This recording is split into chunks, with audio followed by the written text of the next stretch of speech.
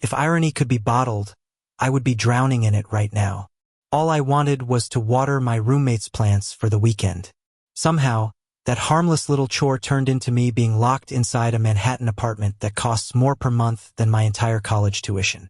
Even worse, I wasn't alone. His older brother was there, and he looked at me like I was an intruder trespassing in his meticulously perfect world. The air between us felt like glass, fragile, sharp, waiting to shatter at the smallest movement. He stood there with his crisp shirt sleeves rolled up to his elbows, his jawline sharp enough to cut diamonds, his eyes unreadable. He wasn't just older. He carried the weight of someone who had built walls so high that even light struggled to climb them. "Lucas didn't say anything about you," he said flatly, his voice low but firm. I shifted awkwardly, holding a small watering can like it was a shield. "Yeah, well, surprise. I'm the plant sitter." His brow arched, as if he found both me and the phrase ridiculous. For a moment, I wanted to melt into the polished hardwood floor, but I didn't, because under his cold exterior, there was something else, a flicker, a hesitation, a shadow of curiosity he didn't want me to notice. His name was Ethan, Lucas's brother, the one who barely came around, according to my roommate, because he was too busy running his law firm and pretending feelings didn't exist.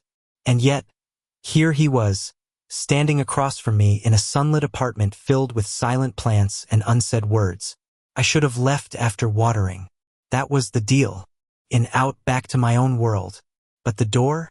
Yeah, it jammed. Locked from the outside somehow. I was trapped with him. "You can't be serious," Ethan muttered when I tested the knob a third time.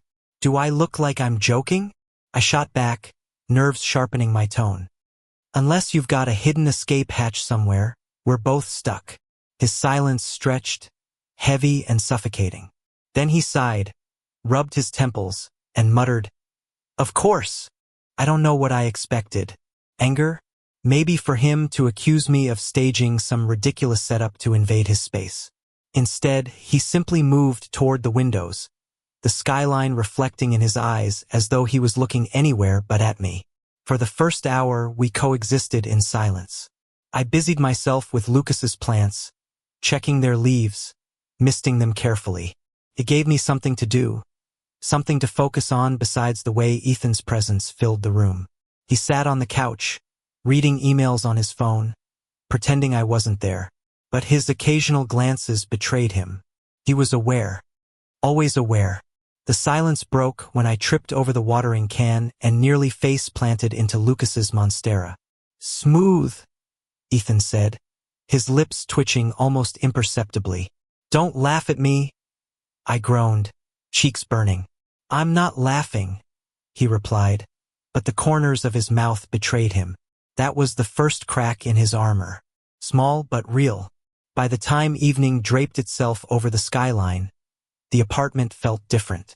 Warmer, somehow. We ended up on opposite sides of the same couch, a glass of wine in each of our hands because apparently, that was his solution to being locked in with me. The city lights outside painted us in shades of gold and blue. "Lucas never mentioned you," Ethan said again, but softer this time, as though the words carried weight. I shrugged, sipping carefully. "Guess I'm not that interesting." His gaze lingered on me, not judging, not cold, just searching. Or maybe he didn't want to share. My chest tightened. There was something about the way he said it's something layered, unspoken. I tried to laugh it off. "Trust me, there's nothing to hide. I'm just the roommate who remembers to water his plants." But Ethan's eyes didn't waver. And for the first time, I saw something in them that unsettled me more than his earlier disapproval. Vulnerability. Hours passed, and the tension between us shifted. It wasn't hostility anymore. It was something electric, dangerous, and far too intimate for two people who had started the day as strangers. At one point, the storm outside began, rain streaking the windows, thunder low and distant. We both stood by the glass, watching the city blur into shimmering lights. His shoulder brushed mine. The contact was so subtle, but it was enough to make my pulse race. "You're quieter than I expected," he murmured. "And you're softer than I expected." I shot back before I could stop myself. He turned his head, surprised, but instead of getting angry, he let out a quiet laugh. It was low, rough, and so rare that it made my heart lurch. The moment lingered, dangerously close to crossing a line neither of us had drawn but both of us felt. And when the lights flickered from the storm, plunging us briefly into darkness, I swear the air between us sparked. The storm passed sometime after midnight, but the silence it left behind was deafening. The apartment felt too small, every corner saturated with what had just almost happened between us. We hadn't kissed, not yet, but it was there, pulsing between us with every look, every breath, every time his hand brushed too close to mine. I tried to distract myself, curling up at the edge of the couch with a blanket Lucas had tossed there days ago. My eyes closed, but sleep refused to come. I was too aware of Ethan pacing near the window, his figure outlined against the skyline like a man caught between staying guarded and letting go. "Do you always do this?" His voice cut through the stillness, low and deliberate. I opened my eyes. "Do what?" "Get under people's skin without even trying." I blinked, unsure whether it was meant as a compliment or an accusation. "I didn't realize I was doing that." His gaze softened just slightly. "That's the problem." He didn't elaborate, but he didn't have to. I understood. For someone like him, someone who lived inside walls of routine and control, someone like me was dangerous. I wasn't careful with my words or my laughter, and I wasn't afraid to take up space in his perfect order. And yet, he hadn't pushed me away. Not really. When I finally drifted off to sleep, it was to the sound of his footsteps pacing, and for some reason that rhythm felt like a promise. The next morning, the door was fixed. Just like that, the world beyond the luxury apartment opened again. I should have felt relief, but what I felt instead was disappointment. The spell was broken, and reality seeped back in. Ethan avoided me that morning, busying himself with calls and emails. I lingered by the plants, watering them one last time, trying not to care that I might never be in this space again. Not like this. When I turned to leave, he was standing there, watching me. "You don't owe me anything," I said quickly, trying to sound casual. "Last night was whatever it was. You don't have to explain." His jaw tightened, his eyes flickering with something he couldn't quite say. "You're right. I don't owe you anything." The words cut, even though I had invited them. I nodded, forced a smile, and slipped out before he could see how much it hurt. The following week was unbearable. Lucas came back, cheerful and full of stories about his trip, completely oblivious to the storm that had raged inside his apartment while he was gone. I avoided asking about Ethan, and Lucas never brought him up. But Ethan haunted me anyway, his guarded laughter, the way his eyes had softened in the dark, the electricity that hadn't gone away. I told myself to move on, to forget. But then one evening, as I was coming back from work, I found him waiting outside our building. Ethan. He was leaning against his car, dressed in his usual sharp suit, but his expression wasn't sharp at all. It was raw. My breath caught. "What are you doing here?" "I shouldn't be," he admitted. "But I can't stop thinking about you."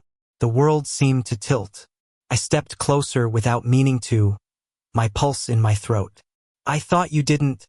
"I tried not to," he interrupted, his voice strained. "I tried to bury it, but every damn day, I hear your laugh in my head. I see the way you looked at me when I finally let myself be human for once." And he broke off, shaking his head as though the words were too heavy. The honesty in his eyes was enough to undo me. All the walls he had spent years building were crumbling in that moment, right there on the sidewalk under the fading sunset. "You make it sound like a curse," I whispered, but my voice was shaking. His gaze burned into mine. "No. Like salvation." Something inside me broke open. I closed the distance, and this time, there was no hesitation. His hands framed my face, my palms pressed against his chest, and when our lips finally met, it was everything I had been aching for. Fierce, desperate, tender. The kiss tasted like rain and wine and the promise of something neither of us had been brave enough to ask for. When we pulled apart, breathless, he rested his forehead against mine. "I don't know what this is supposed to look like," he admitted. But I know I want it. I want you. For once, the man who had always lived in control let himself be uncertain, and it was the most beautiful thing I had ever seen. I smiled, tears threatening at the corners of my eyes. Then we'll figure it out. Together. The weeks that followed weren't perfect. Ethan was still difficult, still sharp at the edges, and I was still reckless in ways that made him grit his teeth. But little by little, we learned to meet in the middle. He let me in, piece by piece, and I discovered the quiet tenderness beneath his armor.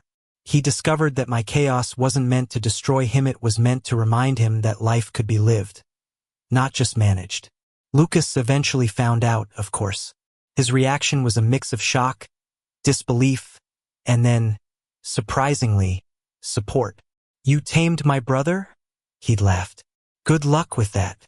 But it didn't matter what anyone else thought.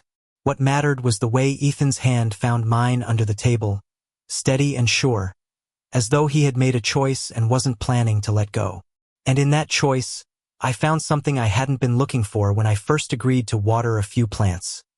A love that was difficult, unexpected, but undeniably real. The night I stayed over in that apartment again, the same couch, the same skyline, I realized how far we had come. Ethan wasn't pacing anymore. He was sitting beside me, his arm draped around my shoulders, his head resting against mine.